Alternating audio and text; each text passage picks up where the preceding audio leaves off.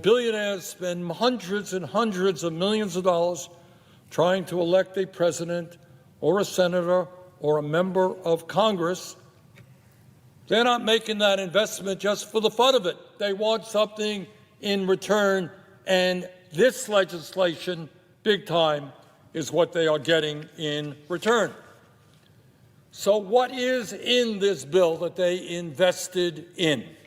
Well, if you are in the top 1%, you and the class you represent will receive a $975 billion tax break.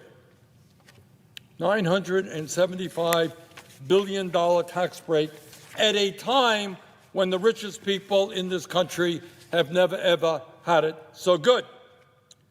Further, this is really quite unbelievable. If you are among the wealthiest 0.2%, not talking about 1%, talking about the top 0.2%, you will be able to pay zero taxes on your $30 million inheritance. So all of you folks out there who are waiting to inherit at least $30 million, today is a good day for you. Collectively, you will receive approximately $211 billion in tax breaks for the top 0.2%. Congratulations, you hit the jackpot.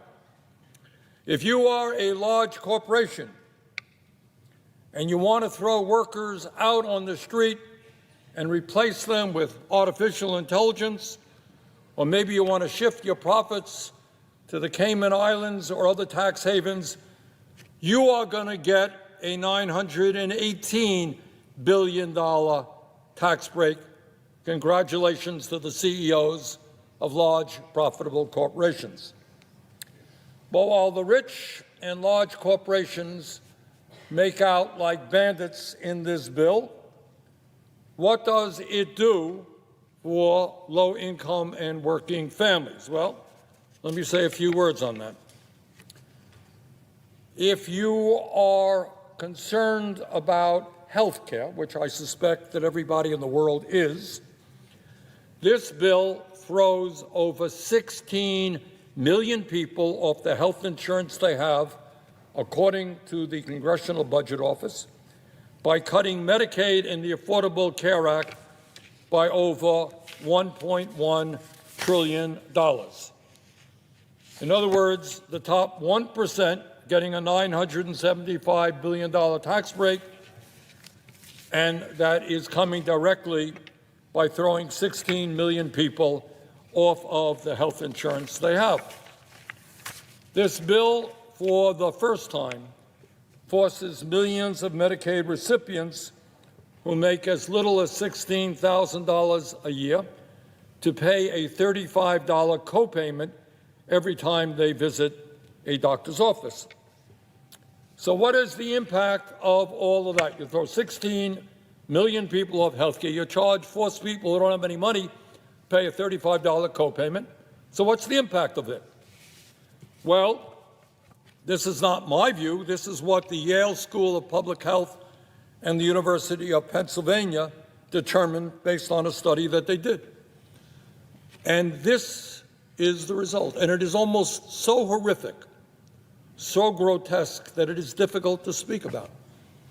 But they estimate that if this bill goes through with all of these cuts in health care, if 16 million people are thrown off of the insurance they have, over 50,000 Americans will die unnecessarily every year. 50,000 Americans will die unnecessarily in order to give tax breaks to billionaires who don't need them. In other words, this bill is literally a death sentence for low-income and working-class people. Further, if this legislation is enacted, rural hospitals all over the country, and I come from one of the most rural states in America, rural hospitals are already struggling. But when you make massive cuts to Medicaid, many of them are going to shut down or not be able to provide the level of services they do today. In other words, this bill would be a disaster for rural America. It would also make massive cuts to community health centers and nursing homes who are very heavily dependent upon Medicaid funding. Bottom line is that this legislation is the most significant attack on the health care needs of the American people in our country's history. We already have, as everybody knows, a health care system which is broken, which is dysfunctional, and instead of addressing it, instead of doing what every other major country on earth does, guarantee health care to all people, we are throwing 16 million people off the health insurance that they have. But it's not just health care. The future of America rests with our children. And yet, in a nation which now has the highest rate of childhood poverty of almost any major country on earth, this bill wipes out nutrition assistance for millions of hungry kids in America. We are literally taking food out of the mouths of hungry kids to give tax breaks to Mr. Bezos and Mr. Musk and Mr. Zuckerberg and the other multi-billionaires.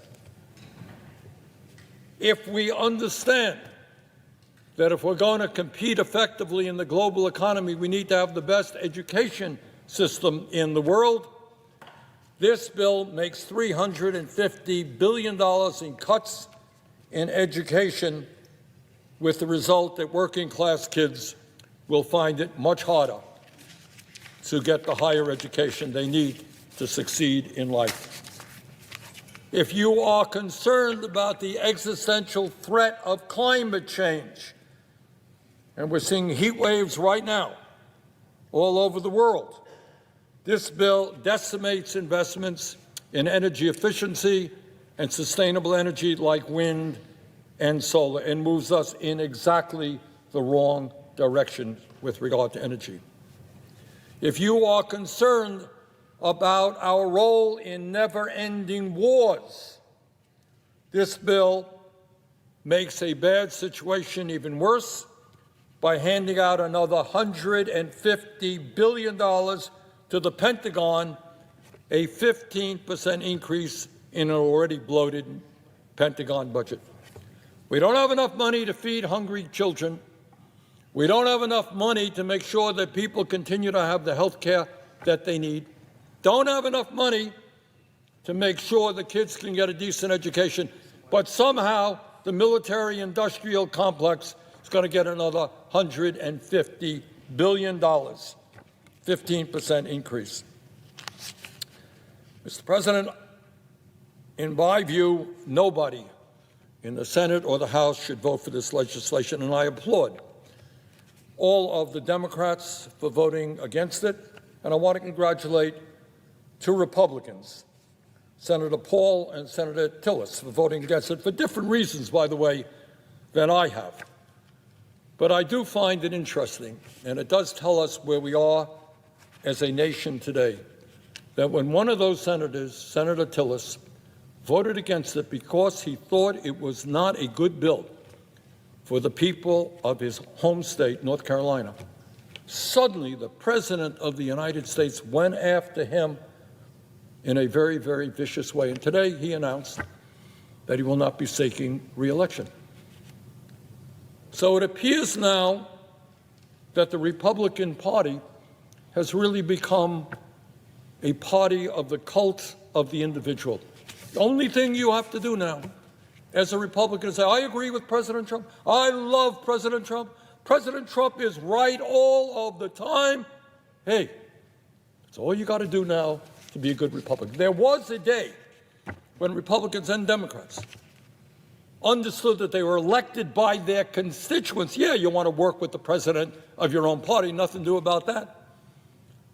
But there was an understanding that you were also elected to represent your constituents and not simply pay homage and bow down to every wish and whim of the President.